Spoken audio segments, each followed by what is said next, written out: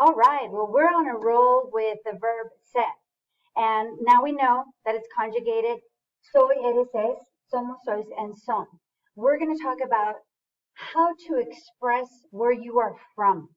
And this concept is very simple because it translates exactly the same in English as it is in Spanish. So no conceptually different placements, no reorganization.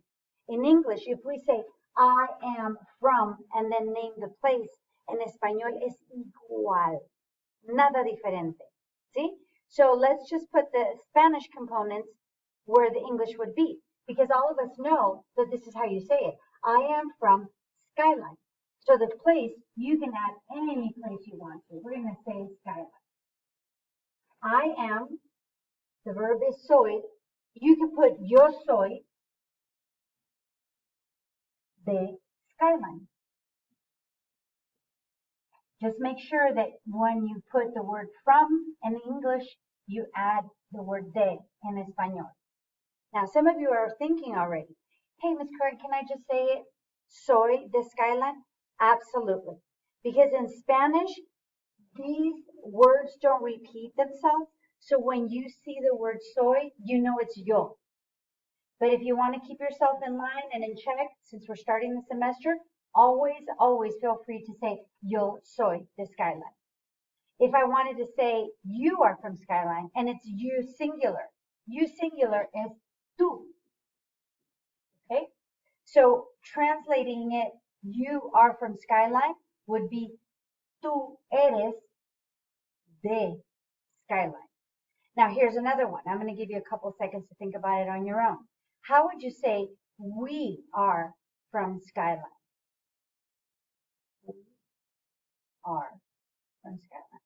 So we is nosotros. Nosotros. And we is somos.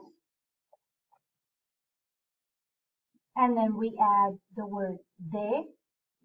And of course, Skyline. Listo. Nosotros somos de Skyline.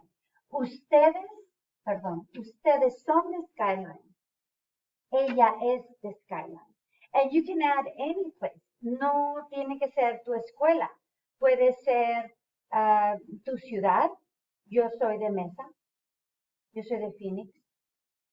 Yo soy de Arizona. Yo soy de los Estados Unidos. Yo soy de México. Yo soy del club de ajedrez. I am from the chess club.